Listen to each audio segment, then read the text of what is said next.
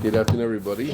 Baruch Hashem, even in our low generation, and I think perhaps because of our low generation, Hashem has sent us tremendous guides in Avodah Hashem. Yeah? Just now's not the time to go into it, but just to give an example or two. When you think about all the things that make our lives manageable today, is things like the amazing translations of works, especially Art Scroll Gemara. Right? We can't mention it. This month is kind of over, so maybe we could say that today now. But you know, how many Yidden has Art Scroll Gemara opened up Limud Torah too? Incredible. And Mesifta, etc. Yeah, Parsha sheets on every topic. There are wonderful svarim, sites like Torah Anytime. People listen to hours and hours and hours of quality shurim, etc. And amazing tzaddikim. And one of the greatest, I believe, tzaddikim in our generation is named Tzvi Meyer Zilberberg, who I quote all the time. And certainly not Hasidish, but he's something incredible, an incredible Oved Hashem from his youth. And gives a lot of guidance to many, many people.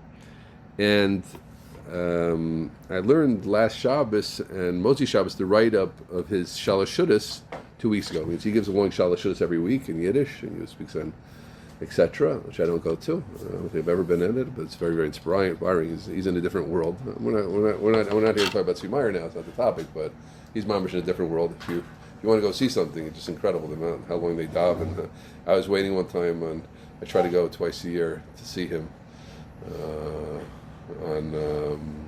during Simchas Beis Shoev on Sukkot and Lag BaOmer. I was just watching the Marv on Lag BaOmer. I mean, how long it took to do Count Sphira. It was just not just him. It was like the whole group. His old people. Like, just, it's nice to know that there are people who live in a different planet than us. The davening for them is hours, and Sphiras Omer. It's not like Omer. I mean, they're like, the Kavanas. So anyway, so he gives a Shalosh Shudas and he writes it up, and they send it out the next week. So I often learn it, and he gives 6 things to concentrate on the Seder Hayom during Tisha B'Av itself, 6 points in time to focus on. And I thought that was very relevant. And even if you can focus on a few of these, I think it can totally enhance your Tisha B'Av. Tisha B'Av is a big day, we'll talk about. But that's really that's what I want to get across. The 6 avodas he focuses on with different things. Some of it, most of it's probably from him and some from other stuff. But before that, I just want to give a few introductions to understand his kind of perspective and what we're talking about. B'chal, to get to, so that's the main point of this year. These 6 avodas of which can accompany this tomorrow, and some ideas. So I remember, but I want to share. I think how many introductions?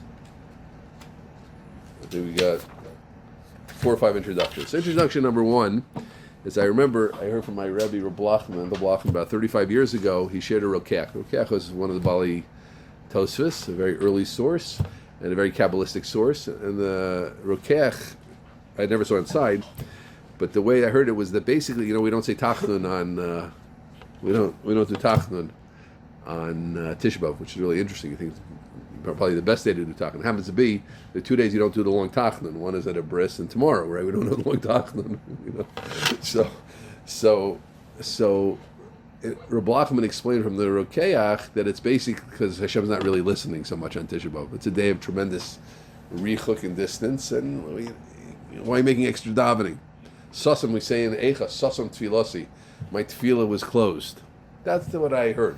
So I don't want to quote too much of the Wizard of Oz or of Tisha B'Av, but in the Tzvi Meyer world, it's like we're a long way from Kansas. I mean, in his world, from all the sources he has, it's the opposite, and we'll try to explain. Like Tisha B'Av is Dafka day of big kirva Hakadosh Baruch Hu, big closeness to Hashem, and a Dafka day when we can be poel a lot, when we can, the potential to bring the Geula and to bring Mashiach is tomorrow.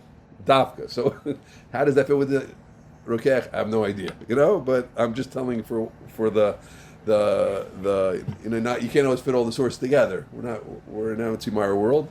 You go ask for Blochman out in the Rokech's world, but you'll see why I'm saying that. Number 2, he doesn't bring this, But this is very important. There was once, this is brought in the Svarim, I forgot where it started, Midrashim. There was an almana crying, or a bereaved woman, either because she lost her husband, she lost her child, in the area of Rabbi Gamliel, great Tana Rabbi Gamliel, and terrible, yelps the middle of the night when noise carries, and Rabbi Gamliel heard her crying, and he started crying opposite her. And I think it says he cried so hard, like his eyes were all red, and maybe his eyelids were falling out, eyelashes were falling out, something like that. Terrible, terrible crying from this Tana Kaddish. And until the point, I think Talmidim had to move her out, like it was too much. Like he's falling apart. So the way that's explained, the way this idea is explained, and it's very important to realize, is that when Rabbi Gamliel was crying, he felt bad for her, but the depth of his crying wasn't that. It was on the Beis HaMikdash, because when he hears her crying, he knows the depths of her tears are really because of the Beis HaMikdash. And if it hadn't been the Beis HaMikdash was destroyed, and if we wouldn't be in our current situation, we wouldn't be suffering like that. Okay? And now, this is super important, because what this does for us is, everybody, the shmooze on Tisha B'Av always starts with, well, the Beis HaMikdash is hard for us to relate to. That's a truth. And people should learn Midrashim and try to make it close to themselves, etc. But what you have to know is our personal sufferings, the 8 or 9 of us, and of Klal Yisrael, and the Chayalim in the field, and the Yeshiva Bachram in jail, and everybody in between, and everything that's going on, and all the sorrows, all the difficulties, all the pain, all the people waiting for children, all the kids aren't happy with how kids are turning out, and all the difficulties, and all the marital bias. It's all rooted in that. And what Ritzi Meyer holds very, very chazak is that when a person is involved in that, that's what it takes for you to be involved in. If you can't relate to the Beis HaMikdash, it doesn't make a difference. Relate to that, because when you're relating to that, you are relating to the Beis HaMikdash. And he even says you don't have to start thinking what exactly avails am I feeling? Is this exactly about me, or is it about the Beis HaMikdash, the Lipish taking it apart? No, just feel. Just feel, because that is all sourced and that's all related to that. Okay? I'll read a little bit of that.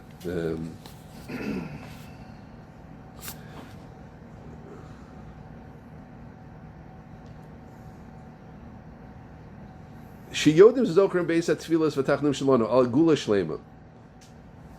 Harbei tzaddikim shared with us on the billions of situations that have been the personal gullies and the personal destructions. Each member of Klal Yisrael, whether it's in Ruchnis, whether it's in Gashmias, b'meshech kimat alpayim shana shekol galus arach amar hazeh is the chelik b'chorban hakloli shel Klal Yisrael. That's it. For sure, the Inquisition. And for sure, we're not going to take questions. Let's talk. All the things, it's all part of that. The shikol mashu shel hargash v'tzar v'kev v'avelis, and any pain we feel, your personal problems, your personal difficulties, it's all related to that. Nichla b'avodas isablos al galus v'achorban hakloli shel Klal Yisrael. Everything we feel, and the point is, when we feel that, it's so much easier to relate to the Chorban. So don't come out of Tisha B'Av and say, well, I didn't relate to the Beis HaMikdash. It was time until now to try to relate to the Beis HaMikdash. You want to hear a shir or something that relates to the Beis HaMikdash, you see a video, Korbanos, think about it, great. But if you don't have that, focus on yourselves and focus on the difficulties, the pains that Klal Yisrael has had. Or on the Chorban Atzmo. Ritzon Avinu Shebashamayim Kadosh Baruch Hu wants you to try and to think in these days that Chorban Atzmo, Ruchnis, how have I destroyed myself, right?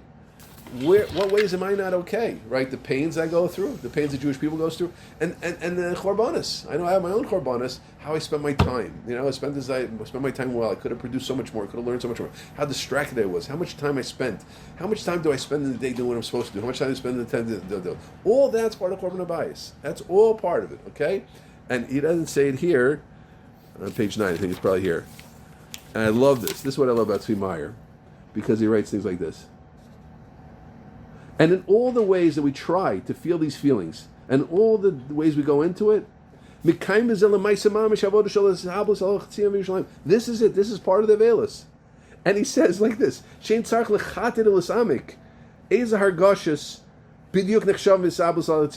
now maybe it's not exactly now I'm not being misabel. You're being misabel. You're being misabel. Go into it. Get into the day. And don't Again, if someone just feels Yerushalayim, obviously that's greater. I don't care about myself. Like cover just Shemayim, okay. But so many people get stuck. It's like perfect is the enemy of good enough. That concept. It's good enough. It's a great thing to be Misal ben Yerushalayim, and every bit we get into it is that. Okay.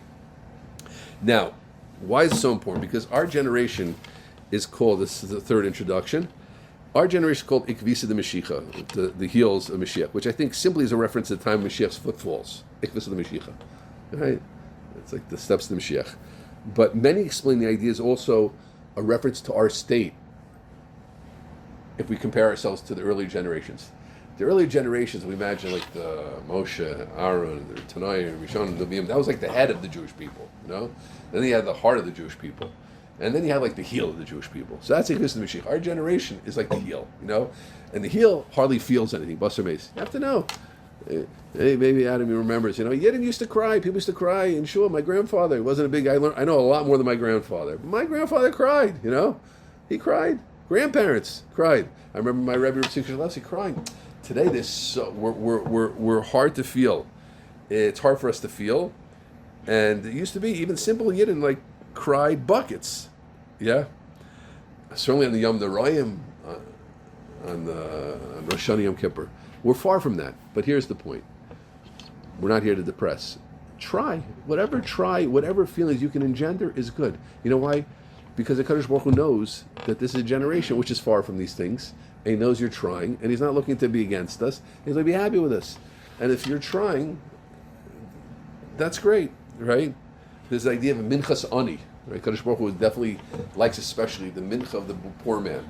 That's the context is brought in Rashi and Vayikra. The minchas ani, the offering of the poor man. There's a poor man in financial poor man, there's a poor man in seichel, the poor man in emotion. We're emotionally a lot poor men today. It's interesting. We're like testy. We get microaggressions. I'm emotional. I get offended by everything. That's not emotion. That's babying. That's being a baby, right? I'm a victim. Victims aren't emotional. Victims are victims. But it's not a problem because you try as much as you can, and Hashem knows, right?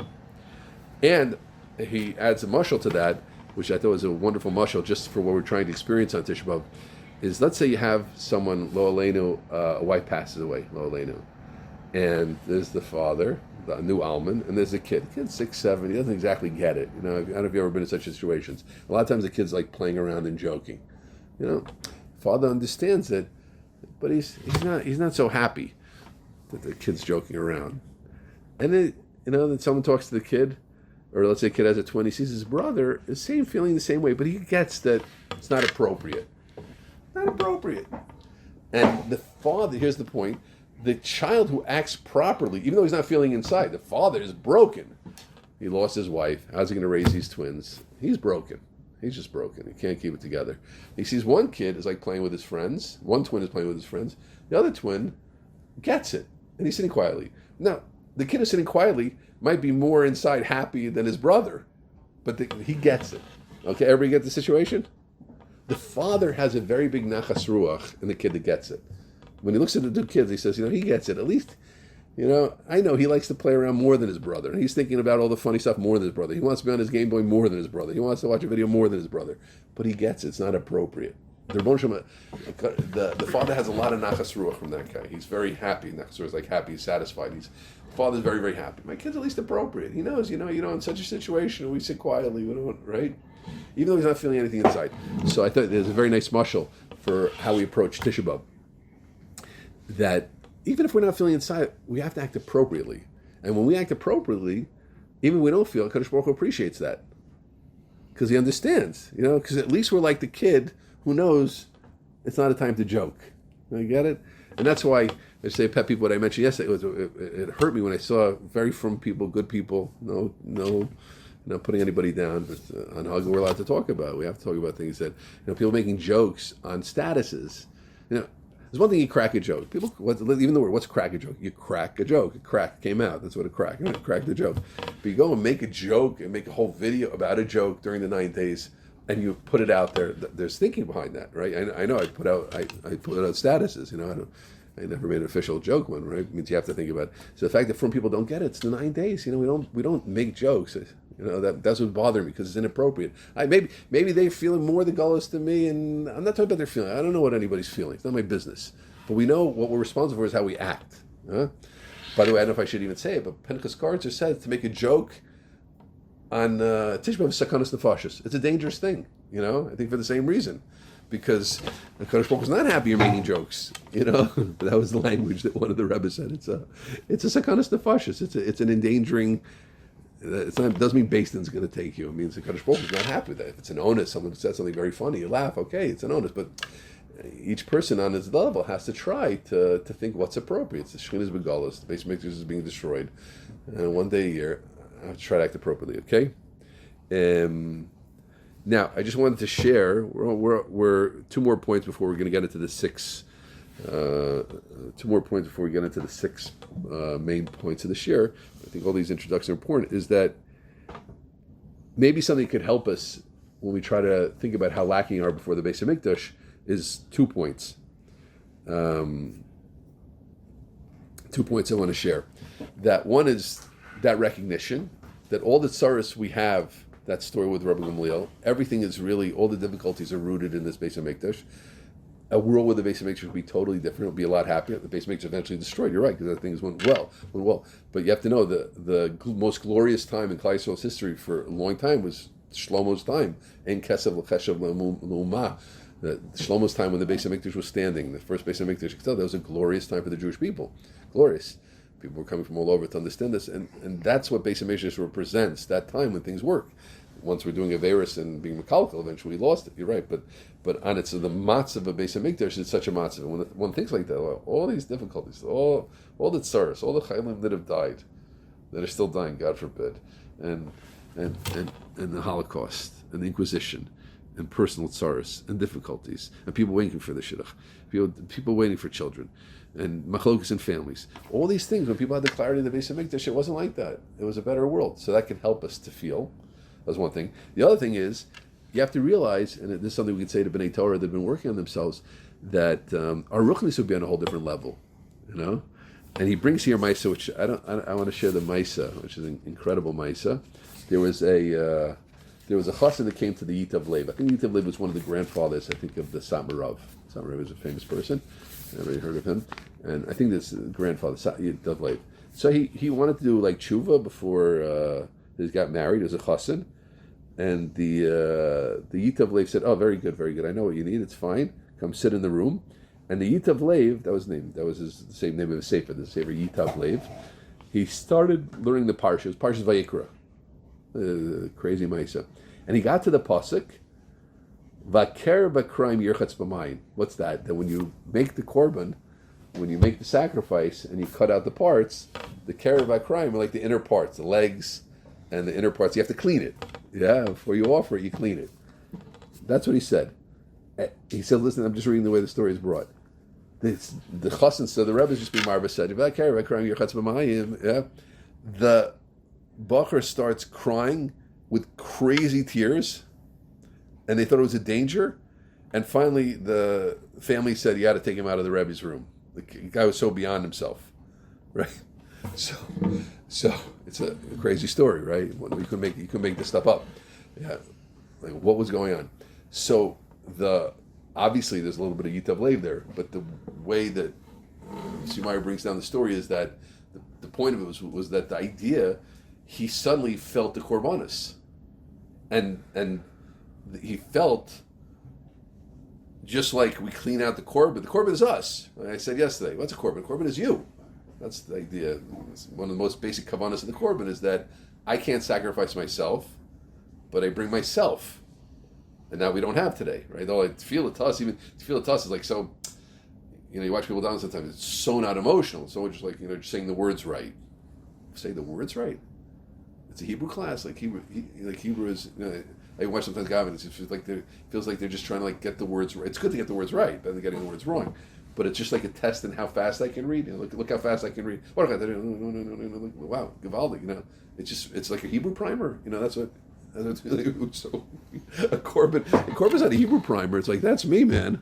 I should be dead. I'm giving my whole life, my innards, my blood. Even the way people talk. Whoa, I put my blood into this building. Yeah, I didn't know it was built without me. Giving an example, right? I put my blood into this building. And my blood, sweat, tears. Those are words which speak to us. That's what a Corbin is. Davening is like very often it's like a chitzoni thing. Yes, there are people. The emes field talking about ishtapchas and nefesh, pouring out your soul. Right, but that's a big madrega. People feel like they're pouring out their soul. So this hearing at tzaddik, just say the words of the cleansing of the inners. That brought this chassid to the highest state. So Tzimai says, imagine if that's the case. This mice is somewhere in Romania. If you actually saw a Corbin, what it would do to you? If you imagine someone in the base of Mikdash that's it. Right? You got it, guys? He'd see it. That was one point. One other point I wanted to share. I thought that was very meaningful. I can find this.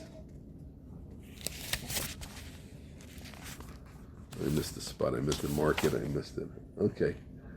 There are other stories like that. But that's the... I mismarked the page.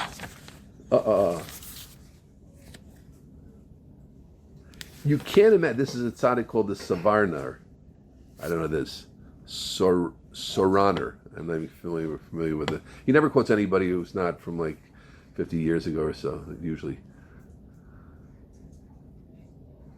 You can't imagine how much it hurts your neshama that it's never been part of the bringing of a korban tamid. Right? We don't feel it, guys. You know what feels it? Our neshamas feel everything. They feel all the joy of Shavuos and they feel all the tzar of these times. Right? You can't imagine how difficult it is that we haven't brought korbanos. Okay, the final thing I wanted to bring is that, and then we'll get to the 6 points. That you have to know that we grow by this process. I think to encourage us to get more into the day, that if we put ourselves into it, it's a growth. First off, Rabbi Karlinsky mentioned the Chazal, call misabel Yerushalayim, anybody who mourns over Jerusalem, zocha v'roa b'simchasa, not zocha v'yira roa. Even now, there is a geula which happens on some level. Many say this. It's not even a chassidus farm. I've seen this in Litvish farm. Zocha, if you're misabel, if we go through this process, like we've been speaking about, you try, you attempt, you do the best you can, you will see the geula. Zocha v'roa b'nechamasa. But not just you'll see it eventually. Zochav Roa, there's a gula pratis, there's a individual redemption which you get right away. There was a massive gadol named Avram Amalek that was the son of the Maggid Mezrich. Maggid Mezrich was the main student of the Baal Shem Tov. And the Chork of a Rebbe, other tzaddikim said about him that all of the ma'ilas and madregas that he got to was because of how he was misabel for the Beis HaMikdash. That we got it to this. And this is the final thing I wanted to share, and then we'll go on, which is really freaky. That there was a massive tzaddik. You could read about him. There's a book called the Ribnitzer Rebbe. He was a real Rebbe, Chaim Anvil Abramowitz. People went to him. I know people who saw him. People who saw him. He was a crazy, crazy Rebbe. But listen to this. He used to, every single day, he said Tikkun Chatzos for 5 hours. 5 hours. And he cried his heart out every day, not on Tisha B'Av, not during the 3 weeks, on a regular day. 5 hours. People saw him. This is documented, they know it. And they couldn't, he didn't eat, he hardly ate, he hardly slept, he hardly anything. He was a tzaddik from like other generations. But Mordechai ben David, the famous singer, was close with him. That's known. Mordechai ben David was Don't what? Forget cutting the holes in the ice in the river. Holes in the ice in the river, right. He was, every day. He helped people have children, he helped people, the stories help people not become blind. There's a lot of crazy stories. I think too many to deny. Too many people saw the stories. Too many saw things. He's called what we call Paul Yeshuas. He's a crazy Rebbe. I mean, crazy in a good way. Anyway, but part of his whole business was that, business is not the wrong word, but part of his whole thing, he used to say Tikkun Chatzos, remember in the basement, every day for 5 hours on the ground. A lot of the time his head was between his legs. He cried buckets. He had ashes, and there were tears pouring down. It would make like mud. Sometimes it was incredible. Tzimai says, I had friends who were there, who saw it, who wrote me exactly what it was. That's why I feel confident saying it. Believe me, I know a lot of Chassidus Maises or Baba Maises. I try to say things which seem more accurate, but here Tzimai says, my friends were there, they wrote me the letters, and I'm saying the letters, it was 5 hours, Tzimai said, I regret that I didn't go, I'm not sure, maybe I should go. And on Tisha B'Av, it was like 12 hours of that. Just, he's going the whole time. Now, and they couldn't understand how he had that many tears. People in the show I hear, they say like I can't even cry anymore. There are no more tears. And tears need water. How do you even produce so many tears?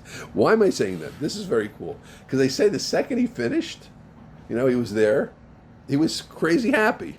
Every day when he walked out, the rest of the day was like 5 hours of absolute availus, and in general he was a very, very happy person, and it was like an immediate switch. He's like crying on the korban, and then he was happy.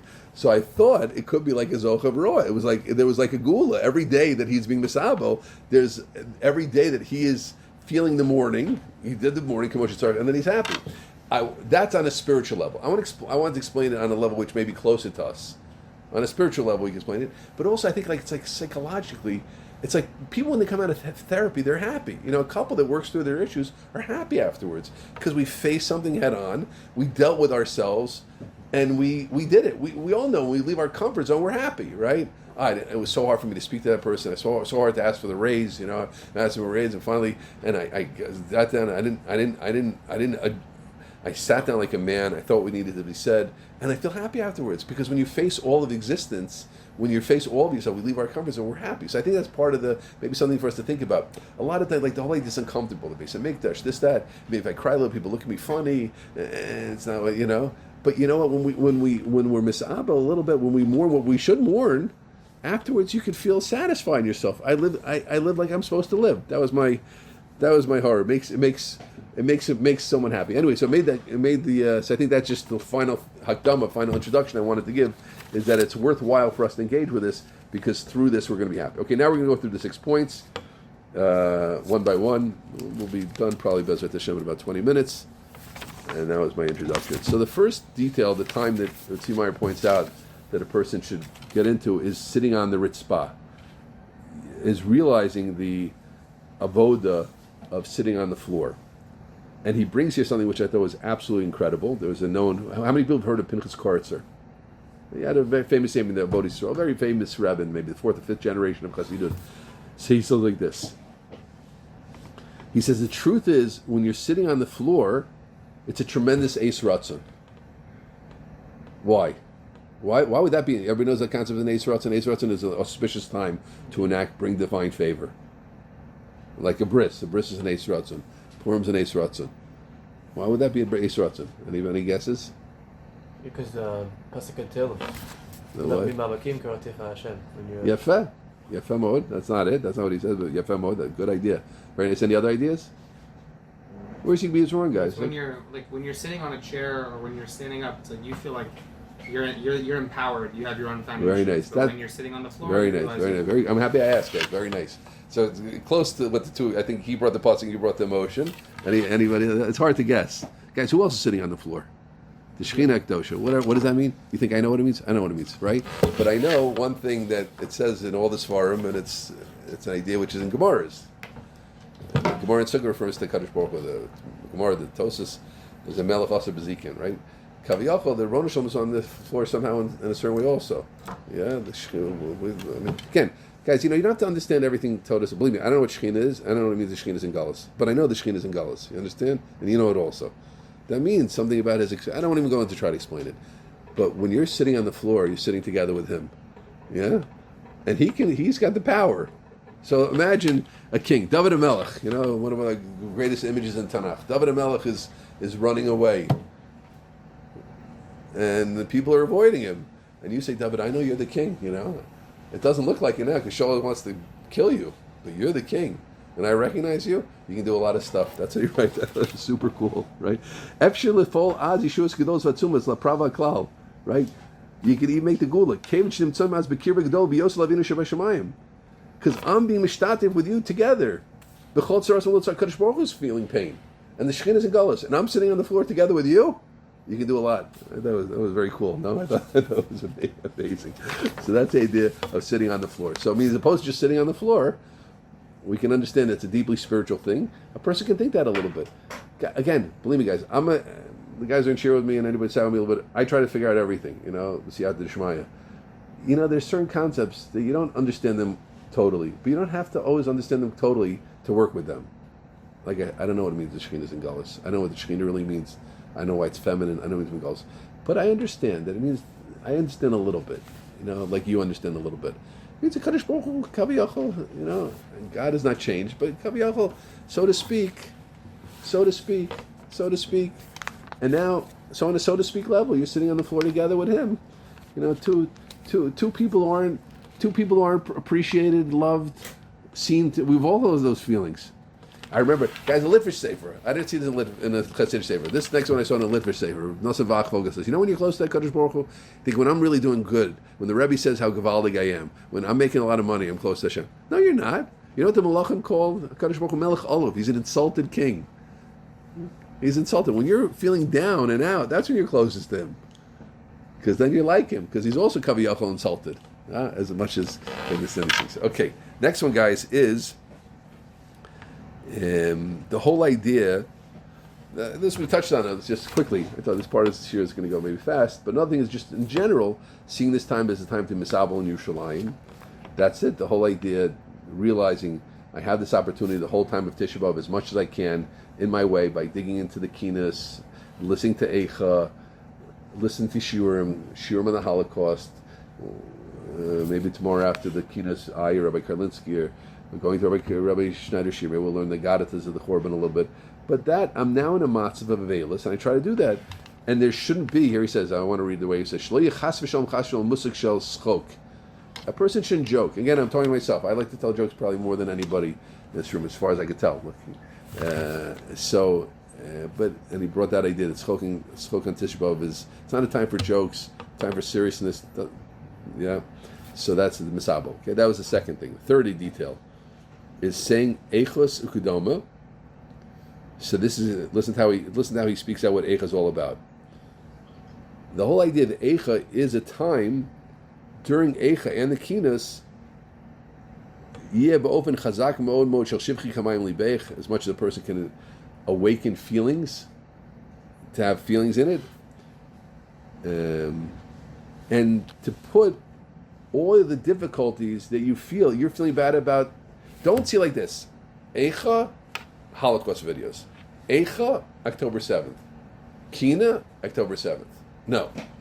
While I'm saying the Kinas, put October 7th. Put the Machlokas and Klal Yisrael. Put the Holocaust into your Kinas. Don't see it a second. He sees it all like it's a holistic picture. You got it? I think that for a lot of people, that's how it is. It's like, okay, I have to say Kinos, I have to say Eicha, but now, when I go to Yad Vashem, now Tisha B'Av begins. Chaval. Right? I don't always relate to the words of Kina. There are a lot of ideas, right? Darchei Avela Shomemos. Darchei Tzin Shomemos, the Pasuk says. We saw that. I was on Kvish 232. There was a Kvish in Israel that was full of dead bodies, burnt out cars. I saw that. Oh, but I'm not there now. You're not. Some of you have been there. Some of you know that. So when you're reading Eicha, think that. Yeah, it's a kol kama shlema. Based on that was everybody's. If you're listening now, some of what we referred to in our introductions was here, right? Sitting on the floor and being Paul Yeshua's, getting wondrous things going is not the Rokeach's world. I get it, right? And all the personal tzaras somehow relate to the tzaras of the Korban. I get it. Put those things together, and then it becomes meaningful. And then you'll see there are words in Kinos, not just the Kina about the Holocaust, obviously, which we try to say at the end. Everybody's a little bit tired by then. But there are words that I say that are meaningful to me. And as opposed to just seeing Eich and Kina as like this not meaningful time to do something with it. Okay, that's the third time. So we have sitting on the floor and the meaning that could be with it. We have the whole idea of Velas Korban, that's the whole idea. 3 is Kina and Eichos, putting into Kina and Eichos all of our personal difficulties, all our own korbanos, etc. Don't be too. I'll give you another example. Right, to me, Arze Levanon.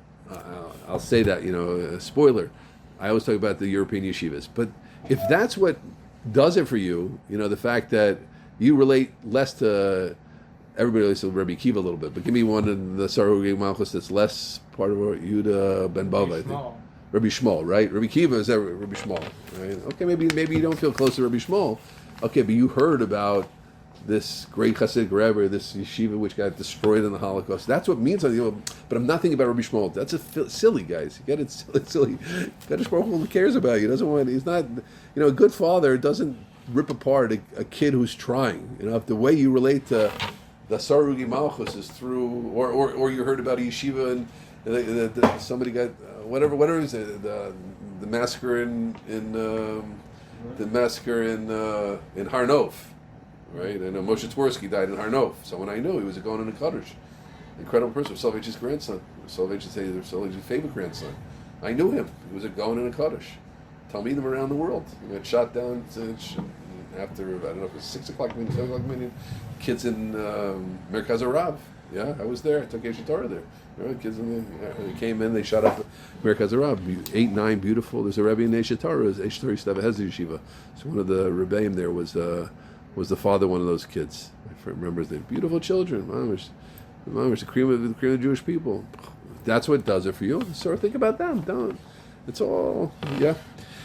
Okay, you get what I'm saying, guys. The fourth detail, this is very interesting, is Mincha of Tisha B'Av. This one I love because, okay, guys, let's say it didn't find so much me now, but now it's Mincha time. Right? When are we done Mincha in Yeshiva? Pretty late. Schneider Shir and then Mincha. Okay, Mincha's already over. Yeah? No. Mincha's not, it's over. Mincha's the time to get it. Mincha is the Shas Preda. Mincha is the time that we're separating from Hashem. I'm not sure exactly why he says that, but that's the time when Mashiach is born. Latest Mashiach HaPrati, not only is Mashiach is born in a general sense, but Mashiach is born for each individual person also. There are kochas being born in Mincha time which can help you your whole life. Right now in Mincha. And since the time of separation, I didn't chop exactly why he's saying it. I have to tell you honestly. I think maybe that's when the Chorban actually started, right? The fire actually started later in the afternoon. Maybe that's why. But he calls it the Shas Prei, the Shas of separation. So everybody knows the time of separation, when you're separating, like your wife, your friends, that's the time of the strongest love. So the biggest giluyim, the biggest revelations of love are specifically happening in Mincha time. And you can tap into that. So don't look at Mincha as a time. Don't look at Mincha as a time just like over. Yeah, 2 hours till food. 1 hour and 59 minutes till food. 1 hour 57 minutes till bagels. 1 hour 53 minutes till water. Chaval. That's a special time to dig in. And this is interesting. He says I mentioned a little bit that that some say that the whole period of time is about the Yom Tov, like I said in the Shmuz. Others related to Tishrei. I mentioned one line yesterday, just referring to that. That wasn't what the whole Shmuz was about. It was about Tishrei. So if the 3 weeks is Tishrei, so Tisha B'Av is what? Shmini Atzeres. Shmini Atzeres is like the spitz of the whole time. In a certain way, it's higher than Yom Kippur. In a certain way, Shmini is higher, and the highest time in Shmini Atzeres is when you say Kedusha, Kesser, especially for Sfardim, the Kesser of Shmini Atzeres. That's like, us Ashkenazim, we have to settle with a regular. But I heard that from a Mekubal one time, B'Shem Mekubal. He said that the whole Elul is to get to Rosh Hashanah, the whole Rosh Hashanah is to get to Yom Kippur, the whole Yom Kippur is to get to Shmini Atzeres, the whole Shmini Atzeres is to get to Kedusha. Yeah, Kesser. So that's high. So now he says the Kesser, if Tisha B'Av is Shmini Atzeres and the highest point of Shmini Atzeres is Kedusha, so Mincha of Tisha B'Av is like that. Everybody got the comparison? Tishrei equals the 3 weeks. Tisha B'Av equals Shmini Atzeres. Shmini Atzeres, its highest point, is Musaf, the Kesser. When we say Kesser, Svarim say Kesser. When we say Kedusha, Ashkenaz say Kedusha. And if you make that comparison, it's like Mincha. It's like the last thing we're doing. So that's great. Don't. And then he says, and in general, everybody knows, the stories from the Holocaust. During the Preda, that's a very, very time. So as opposed to, this whole matzah of Aliyah of Tisha B'Av, we're now leaving it, and Mashiach's being born, and this is big stuff going on. So don't just, each person as they can, don't just see Mincha as a time when it's over. See it as a time when it's now a time to Chaparayim. It's a big time, and especially we say Nachem. We have to say a special tefillah, even without all that, right? Even in You know, a regular Litvish guy gets it, you know. You say Nachem once a year, you don't want to say a fast or forget it, you know. It's not the shah you want to ask. I don't think you have to repeat it. By the way, check the minute. It's one time, once a year. It's like, you know, it's a nice. I don't know if they have it in here, but don't just run through it, guys. They take a second even beforehand. Look it up. You're allowed to look it up on you're allowed to look it up. Nachem Hashem Lekinas Aveli Tzim V'Zav Yerushalayim. That's a year. Abzuya. Don't rush through that. You know, say it with feeling. That's like so. If Tisha B'av is like Shmini Atzeres, he says that Nachem is like Ne'ilah. Yeah. And listen to this. He said there were tzaddikim that said the whole year they felt ashpos that they got through saying Nachem. People felt that. I have a friend in Telstone, Shaldo Feldman. Say months before he's the chazan. Rabbi Yosef Kol knows him. Months before he's humming the nigunim of Rosh Hashanah Yom Kippur. You know, so they felt the Nachem. That's a high level to be connected to those things. Okay, just two more guys. We're almost done. This is good. See, guys, you know, like what I like about Tzvi Meyer, there's a lot of like you like going into all these details you don't even pay attention to, and he's writing like a little bit about things you could write like hours about. By the way, in Shabbos, I never waded through him. In Shabbos, he breaks Shabbos down to like 16 different times. I think we're getting off easy with 6 times. You know, there's the Friday night of Avodah. There's Kiddush, you know. By us, it's like Shabbos. Okay, had the cholent, had the schnitzel, daven. By him, it's like no. What about the early morning learning before Shachris? There are people on this level. This is the level he's on. You know, he's a crazy guy. I don't feature everybody. This guy he's an off the charts person. It's just this is how he lives his whole life. This is Tisha B'av. Now, what about Motzi Tisha B'av? Tubav. Okay, we're middle of this year. Tubav, and it's like the Heilige week. Shabbos Nachem. Forget about it, right? That's already the Yom of Hashpos of Shabbos Nachamu. He is now, guys. Why am I so into this? Because I know he's a real deal. He's a real deal. How do I know he's a real deal? Because a lot of Lippish people went to Moshe Twersky, asking the world who Moshe Twersky is. You know, he used to go special to see him. Many people know it's Umaris, but you see it. You read too much. No one can fake it that well. You know, I mean, it's not worth faking it that much. And then you see him, it's just like how he lives and how he spends his time and how much they say he finishes shots 4 times a year. Or that, you know, 4 times a year. It means he learns 30 blot a day. That's what they say. Someone close to him told me that. I have friends who are very close to him. I don't have a personal relationship with him, but from afar. So the 5th prat is for the 5th prat. First, a quick introduction. We're almost there. We'll be done in 5-10 minutes.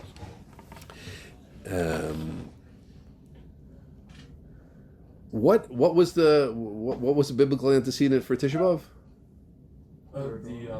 The Meraglim. The Meraglim said, or they caused Klal Yisrael to say, Sinas Hashem. You think Kadosh Baruch Hu loves you by bringing to Eretz Yisrael? He hates you. Well, it was good. But Sinas Hashem Osana. This not a loving God. Didn't take us to that, right? So part of the shorish of the whole Tisha B'av is that feeling inside of us that God doesn't love us. Okay? Because the Meraglim, that was part of the Meraglim, was Sinas Shemosanu. God hates us. You think it's going to be good for you in Eretz Yisrael? It's because the Kadosh Baruch Hu hates you. Okay, so that was a feeling. Everybody familiar with that pasuk? It's a pasuk. So therefore, what tefillah do we have to focus on against that? Avarabba. So that's a special tefillah because that's the tikkun. And like I said, he doesn't say Avasolam. I don't know why not, but I would assume both, right? But Avodah ba'avarab shel Tisha B'av shekol yonei b'chila doris nichla b'chlal b'chiyah shel hakinam shel meraglim, right? Shorish b'chiyah meraglim himachmas samachshav b'sin Hashem osanu. So they cried. You know, that's it, guys. You know, it's offensive to me if someone thinks I don't care about them. You know, a guy said to me one time, "Oh, you don't like me. You think I don't like you? I like every guy in the yeshiva. It's not my problem. You know, think I like you? Well, why don't I like you? Right? That you don't get it. When you think that Ron Shalom is not close to you, when you think he doesn't care about you, when you think he hates you, you're messed up because God loves you.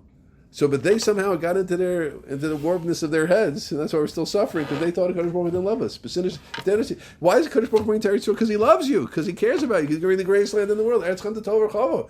Tov Aretz Moed Moed. What did Kalvin Yeshua said? This is the greatest land in the whole world. How does every Yid feel? You live here, you don't live here. Everybody knows it's the greatest land. I also like America. I also like Switzerland. Okay, but Eretz Yisrael, come on. I was driving the other day. I went with my wife to Levi, and I was driving to the Kinneret. My wife doesn't do beaches. Okay. Anyway, we wouldn't sit together on the beach anyway, but at least you go to the women's section. One of the few places that has a women's men's section all the time is in Kinneret, in the Kinneret. Two places in the Kinneret, actually. I don't know if there's a single regular beach. The Kinneret, both next to Rabbi Meir Balanese, and when the yeshiva goes usually to Kinneret, you have a men's beach and a women's beach all the time. Okay, my wife's not going, so I'm driving by myself. Waze doesn't take you through Tveria. It takes you on the back. And there's this windy road, and like on the, if anybody's know, where Yavnel is, like this windy road, and you see the Kinneret there. Outstanding. It's unbelievable. I've been to Switzerland. I like Switzerland. I'm not putting it down. I'd be very happy if anybody has a ticket for me. Anyone wants to send me for $10,000 together with Parrot Siegel to like Safari, I'll go. Yeah, it's only $10,000. You raise the money. Michelle, you down? Seriously, each guy take on $1,000. If we do every guy $1,000, I'll raise you the other $2,000. I can't raise money for another institution. They have a trip to the Safari. I go. I'm not saying. But the Kinneret was there. It's Chem de Tover Chava. Like I said on the Super S Shabbos, there's one place, guys. You'll never go anywhere in Torah. You'll never go anywhere in feeling. You'll never go anywhere the Grodin go to. Never. Not just didn't. He went. They're like, oh, you guys, yeah, you went to the Himalayas. You didn't go to the Himalayas. Like, I went up Everest, from the north, from the south, from the east, from the inside. The Gro went everywhere in Torah. One place he never got to that we can go to, Eretz Yisrael, and he wanted to be here. Incredible. Eretz Chan Torah Chava. You think he's giving you Eretz Yisrael because he don't love you? No.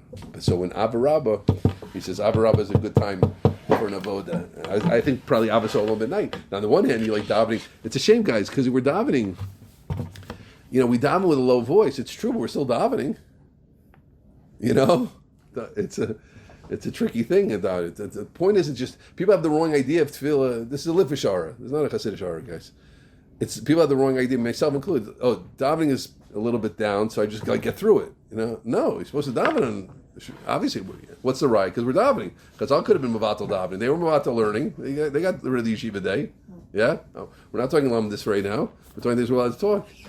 So they didn't get rid of davening. They're supposed to daven. Daven a little bit of a lower voice, for sure. But Abba Rabba should be said. A person feels, I'm reading these words on Tisha. With a tremendous love, you love us. And that, going into that tikkun, sixth point, and our final point, Rabosai, is Yeshmei Rabba.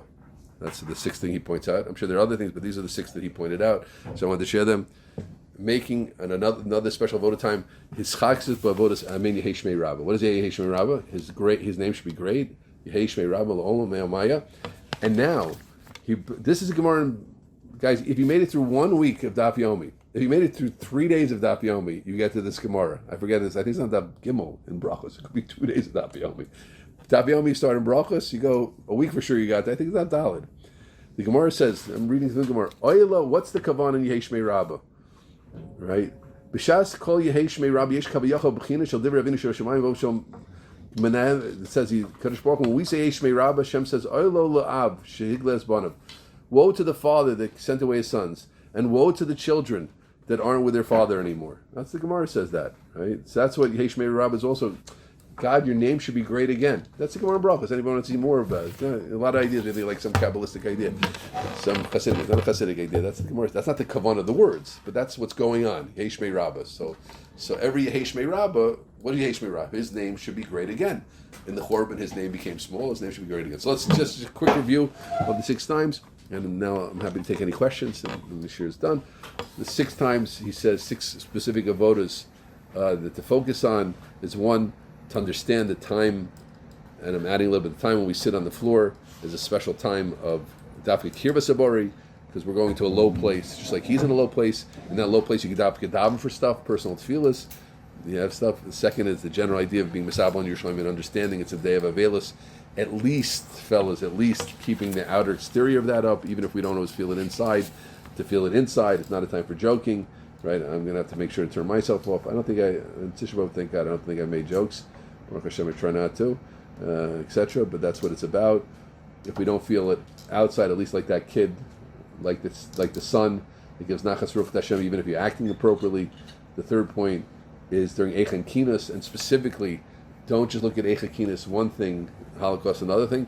Put October 7th another thing. Put those personal feelings into the Kinos. Put them into the Eicha as much as possible. That'll make it a lot more meaningful.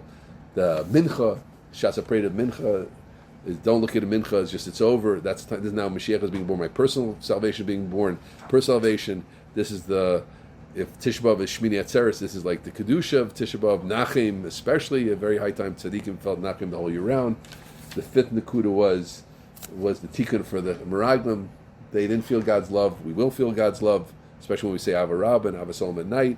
And the sixth and final thing is that every Heshmei Rabbah at the time is a special opportunity to call out to God's name. Should be great. And Bezrat Hashem. I want to leave everybody with this. The wrong way, I've said this point so many times, and something he speaks about again and again, but I've adopted from him and from others, the wrong way to look for anything is perfection. It's so wrong in Ruchnis. I mean, Rav Noach used to say it his own way, Judaism is all or nothing. It's the most true thing in the world. It's the most true thing in the world. You know, wait. You know, I have certain good things with my diet and my health. I'm very careful about certain things. My tummy even know every day about 11:15 I have vegetables. And I have 11. That's what I eat in the morning. I give myself time. Usually, that's almost every day. I make my vegetables once a week, etc. They say, "Oh, but Schoonmaker," and I go swimming twice a week, and I walk. They say, "But you ate potato chips also." That's the Yitzhahara. Who cares that I did eat potato? How if I won't eat potato chips? That takes away from all the good stuff I did, even physically. I know my blood tests work out. But I ate potato chips also, and I'm still overweight. That's the Yitzhahara, guys. And the Yitzhar says that all the time. That's your learning. That's what you did. That's your davening. That you came late and you looked at this. We all do crazy things. We all do stupid things. We all do bad things. Okay, but we all do good things. And even on a sickly level, it makes sense to focus on like my weight, right? Everybody, because guys, if I say the potato chips, well, who's going to win? The potato chips or the vegetables? Potato chips are going to win. So I'll stop eating the vegetables. That'll be right. So that's in Seichel. That's in Pasha Seichel. Besides, I want to tell you a secret. The Rebbeinu Shalom understands that, and he appreciates your efforts. I am not perfect. Okay, you keep working, keep trying. We're always on a path. These are true things. It's not just. It sounds like because it's true things. The same thing with Tisha B'Av. Tisha B'Av. The more we try, the fact you came to this year, the fact I'm willing to give this year, is incredible, right? It's not a big deal. It's nice for me to say it. I'm just saying, you know, the fact you came, everybody has a few hours off, you came to this year, you're trying, and whatever you can apply. So whatever you do, just try to, the more we can build up this day to ourselves, as opposed to just getting through it, right? Like, what's the other approach? It's almost over. Thank God. It's almost over. Time to eat. Let's just be done with it. You know, look, I'm Orthodox. I'm in yeshiva. But let's just be over with it. The little bit you try, the little bit you accomplish is very, very much muti.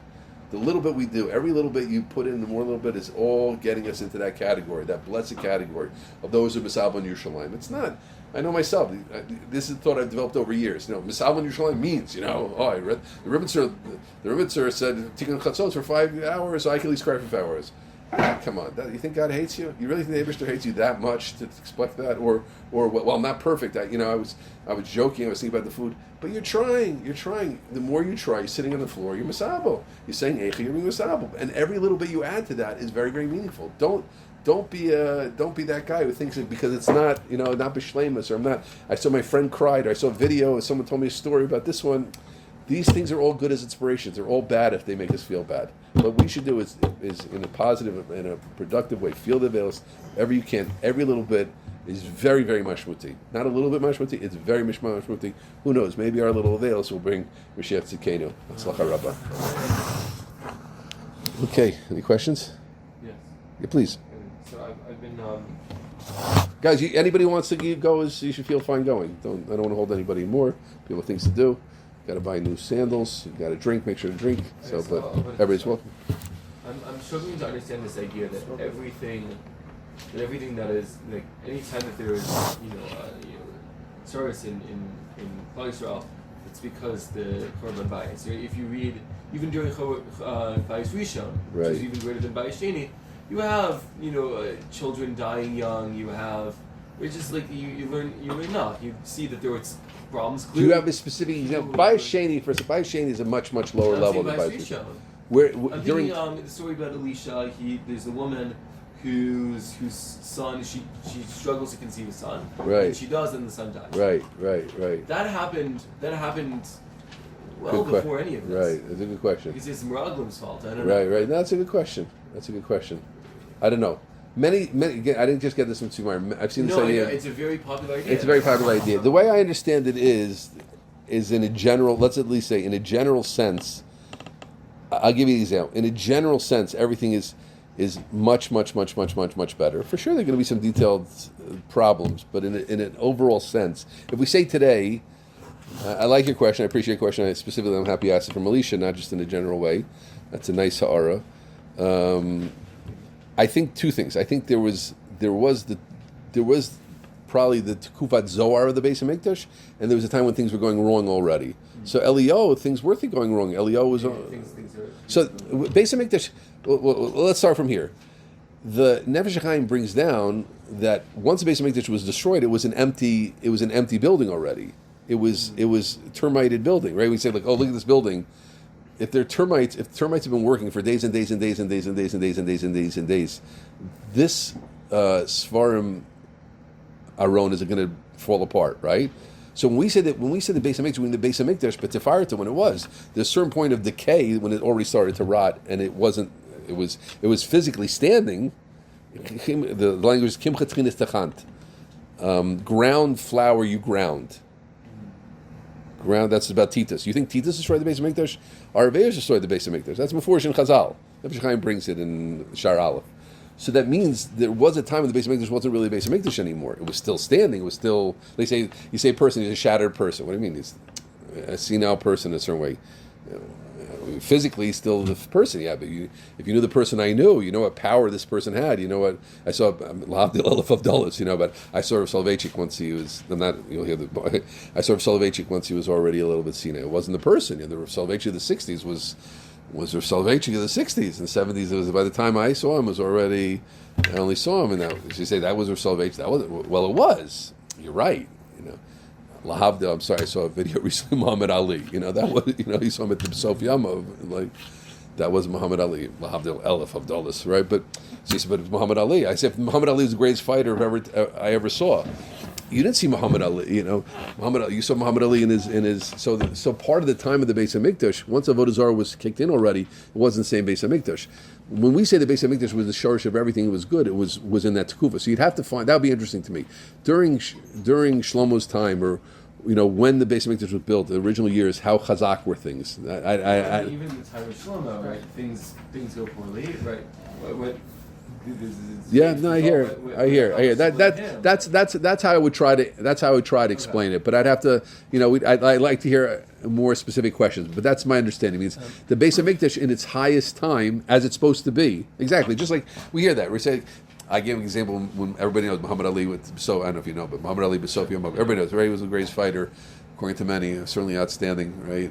And you say, but at the end of his career, that's not Muhammad Ali anymore. Like that's the Pella of some of the people in the World Cup. How good, Messi was now. The guy's 40. So, but don't judge him. Don't judge Neymar by now. That you're not seeing the real deal. That wasn't it. So a lot of the Beis HaMikdash we see was a Beis HaMikdash which was already not the Beis HaMikdash. That's the. But whether there's still a question, I also have that question, what you had. I say because I've seen it in many sources, and I get it. The general matzav of Geula was touched in a very way.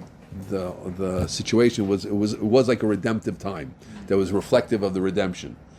Right? But I just saw Ovi Yisrael. The Ovi Yisrael that I mentioned in the Shmuz says there was no everything was Midas Adin. During Shlomo's time, it was on such a high level, Kadosh Baruch Hu could bring the world to Midas Adin. He didn't even need Midas Arachamim. Incredible. Right? In Kesef, the Kesef wasn't loaned Nechshav L'Umah. Plus, there was no money then. And he says the money means it wasn't, Kesef means the Hanhag of Rachamim. He didn't even Kesef. So it was a very, very, very, very high time. If I tell you like the Mir, I'll give you say like the Mir in its heyday was, say, I know there were some Abikors, you were, but the Mir was a place where, or Slobodka was a place where there was some stuff, but but a good question.